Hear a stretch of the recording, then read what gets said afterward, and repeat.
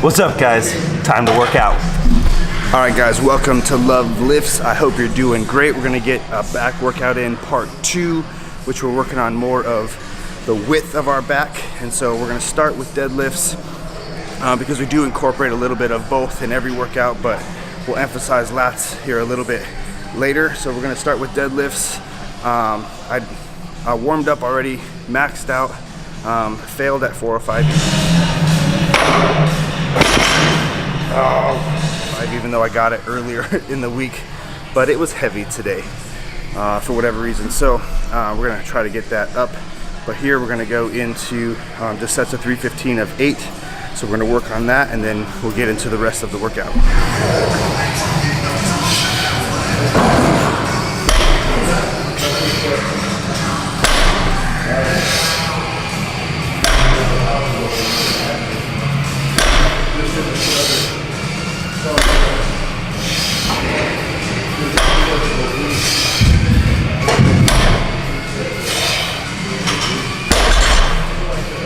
All right, guys, we're hitting diverging lat pull downs. Make sure you squeeze down at the bottom, get a good contraction in, and yeah, 3 sets of 10 is what we're going for.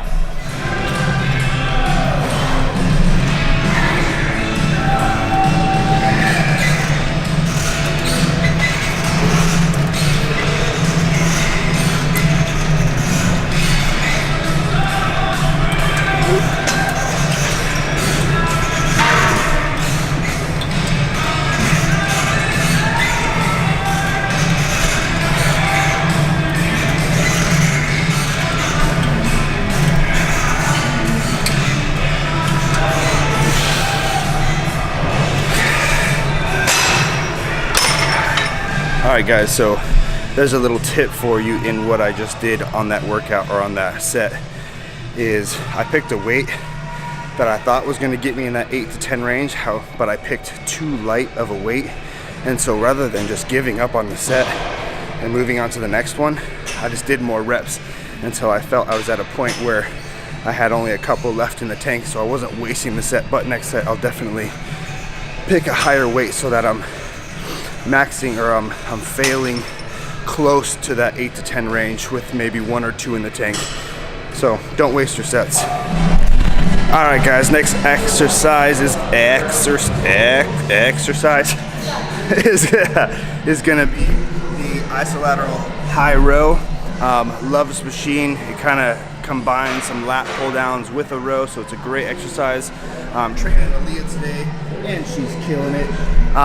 But one thing I like to do on this machine, obviously these grips are great and that's what they're there for, but I like grabbing on the outside of the machine. I just feel like it lets me get a little bit wider and I like the feeling, so that's what I'm gonna do.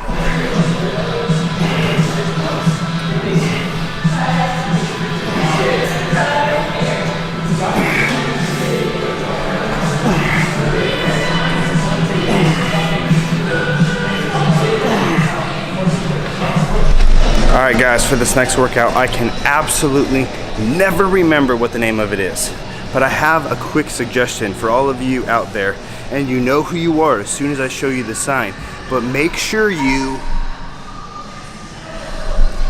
Thank you, this has been a public service announcement. This exercise, which I can never remember the name of, but I will link right there, we're using the ropes, and we're keeping arms extended, and we're pulling, I don't know if you can see me, but we're pulling with the lats down and back. That's what we're doing. So here, I'll just show you because I don't know the name.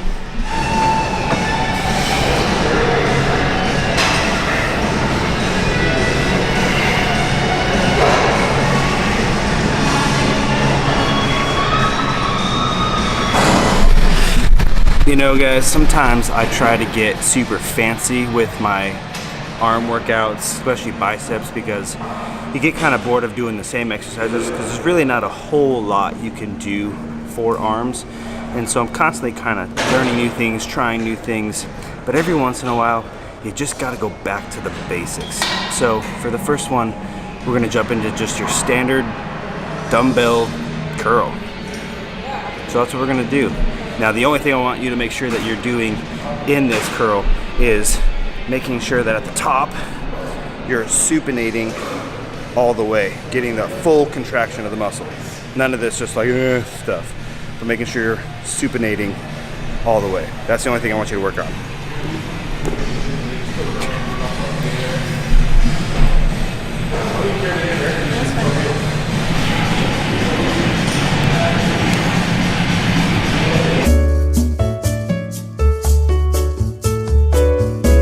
All right guys, we're gonna do some more dumbbell curls. We're gonna do 1 1/4s, which I haven't done in a while, but secretly I really love them because they hurt so bad.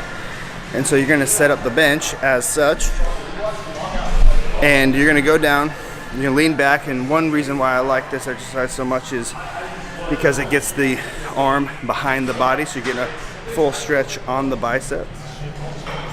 But you're gonna, hey, will you hold that actually? You're gonna lean back. You're gonna have 2 dumbbells. You're gonna lean back, you're gonna curl, down, and then just do a 1/4 rep and down, but there's no pause. So you're just, yeah. So down, up, down is 1 rep. And we're gonna do 8 to 10. They burn, they hurt, they're awesome. Let's do it.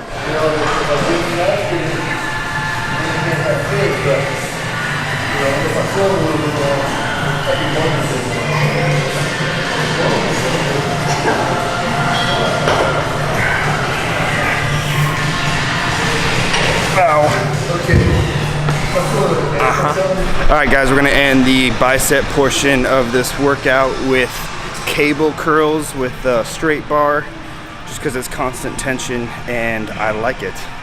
As we're gonna do, we're gonna go 10 to 12. We're gonna increase the volume a little bit on this one and enjoy.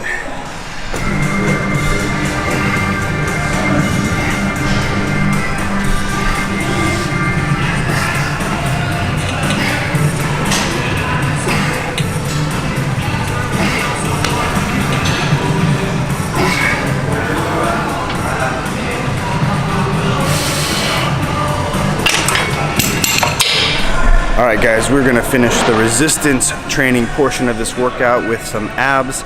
I split my abs into abs and obliques. And so I do 3 days a week. I'll do just abs, crunches, leg lifts. You've seen me do this machine that Leah's doing before. And then 3 days a week I'll do just oblique training because I don't like doing abs and obliques and just adding all this extra time and effort into every single workout. So I just found a better split for me was to split obliques and abs in days, and it gives a chance for some rest in there, but still hitting them on a high volume.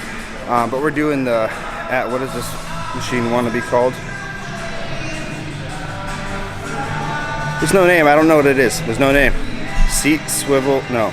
I'm so confused. How am I supposed to do this if it doesn't have a name? Rock abs? I don't know. Anyway, but this machine is awesome because you can really work the abs and the obliques because the chair swivels to a side. So we're gonna do 2 rounds of 25 reps each side. That's gonna be our set. So that's what we're gonna do for our obliques today. Yeah, and then I'm gonna go do about 30 minutes of cardio, which I have the next portion of the title, how much should you work out? I'll talk to you a little bit about that on the stair climber. One thing I didn't mention about this ab machine here is you really have to remember to make sure that you're curling your abs over your spine, so to speak, if that makes sense. You don't want to stay straight and just bend at the waist and use all hip flexors. You really want to make sure you're still contracting the abs and curling over them, getting a good flex all the way through your abs. In this case, obliques. Either way, you really want to make sure you emphasize that mind-muscle connection, contract the muscle that you're trying to work so that you're doing it correctly.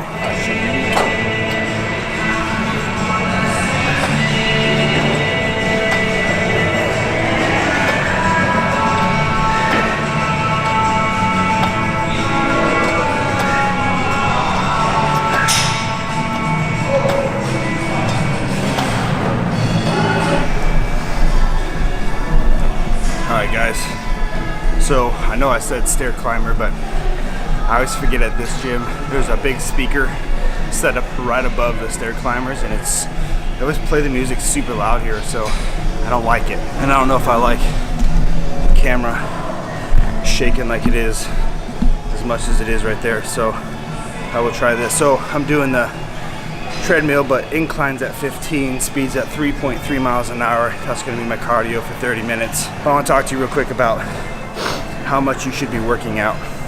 And I know it's a little bit cliche to say this. It all completely depends on your goals. It depends on what you're wanting to get out of this. If you're just trying to maintain health, maintain some strength, or maybe gain a little bit of strength, lose a little bit of weight, just feel better overall. You know, there's just different aspects that go into how much you should be working out. But the two things, or two guidelines, there's probably more guidelines in this, but a couple guidelines I would give you for that is, number one, you really should be at least doing 3 days a week. Anything less than that, you're just not being consistent enough. You're not pushing yourself enough. You're not giving enough effort into the sacrifice that it does take. And I guess that's kind of a subcategory point to this, is that you're gonna have to sacrifice. Oh, I wish I had more time. I wish I had, well, get up earlier, stay out later. There's been so many times I've gone to the gym at 4 in the morning, times I've gone to the gym at 11 at night, because that's when I had time and the sacrifice had to be made. You should be going at least 3 times a week. That's my minimum suggestion for you. Anything less than that, like I said, you're just not gonna get the bang for your buck. I will say, you can overtrain. It's important that you know your limits. You can't just train 7 days a week, every week, and expect to do it long term without any negative side effects, be it injuries, be it a plateau in growth, things like that. And so I go 6 days a week, and I have my splits, or actually, I guess my full workout is over 8 days. A push workout, a pull workout, shoulders, legs, rest. So I guess that's 5 days. And I repeat that, and I consider that my full workout routine, is those 8 workouts, because each push workout, or the 2 different push workouts, look a little different. The 2 different pull workouts look a little different. Now my goals are competing. My goals are gaining size. My goals are staying lean while building muscle. So it requires me to resistance train more frequent than if I was just maintaining, or if I was just trying to be healthy. That kind of leads me into my next point. Too many times, especially at the beginning of the year, everybody's got these amazing New Year's resolutions, but they don't actually have a plan to achieve it. They don't actually have a way that they're gonna go about it. And they go from not working out to working out 5 days a week and thinking they're ready for a big jump like that. And maybe if your brain works that way, good for you, go for it. Most people's don't. And so you have to find what you can do mentally. The best, I hate the word diet, but I'm just gonna use that word. The best diet and the best workout routine is the one that you can adhere to. Not the one necessarily that you should be doing, or the one that's the absolute best. The one that's gonna be the best for you is the one that you can see yourself doing long term. It's the one that you can see yourself maintaining over the long haul, and not popping out of here in the middle of February, end of February, if you're really strong in your willpower, and making sure you can actually stay consistent. So if you have some big goals, but you're like, man, I can only see myself doing 3 days a week, then fine, go 3 days a week, because that's the one you can adhere to. Diets, like I said, I don't like the word diet, because when diets end, what do? What lifestyle do you live after the diet? Diets are great as long as you understand the lifestyle has to change after the diet from what it was before the diet. That's so important for you to understand. So important for you to have a game plan post the diet, what your lifestyle is going to look like. So again, if you want to do the diets, you want to jump in 5 days a week, whatever it is, great, good for you, go for it. But make sure you have a plan when you feel the need to slow down, that you don't stop, that you don't abandon ship, that you just change the course a little bit and do the thing that you can see yourself adhering to as a lifestyle, because fitness is a lifestyle, not a hobby, not a, hey, I'll just lose 20 pounds and then I'll be done. You're gonna have to maintain that weight. You're gonna have to maintain your progress. So you have to continue to fight for it. And If it's something you truly desire, something you truly have a goal for, then you'll find that way. You'll do the research, you'll put in the work to achieve that. So how much should you work out? Yeah, I know, it depends on your goals. Not quite the answer you wanted. You wanted just to do this and then you'll get that. It doesn't quite work that way. You have to find what fits your goals. You have to find the good balance of sacrifice and what you're able to do. Sacrifice and what you can adhere to. There's a balance between the two. So anywhere from 3 to 6 days a week, depending on your goals. But put in the work, put in the effort. I said in a few videos ago that there's a difference between working hard and doing the hard work. So make sure you're putting in the hard work, getting the biggest bang for your buck. If you're gonna be here, you might as well do it right. So enjoy, hope you liked it. If there's anything good in here you liked, please thumbs up. If you want to see more and help me keep going and making these videos, subscribe, and I'll see you in the next video.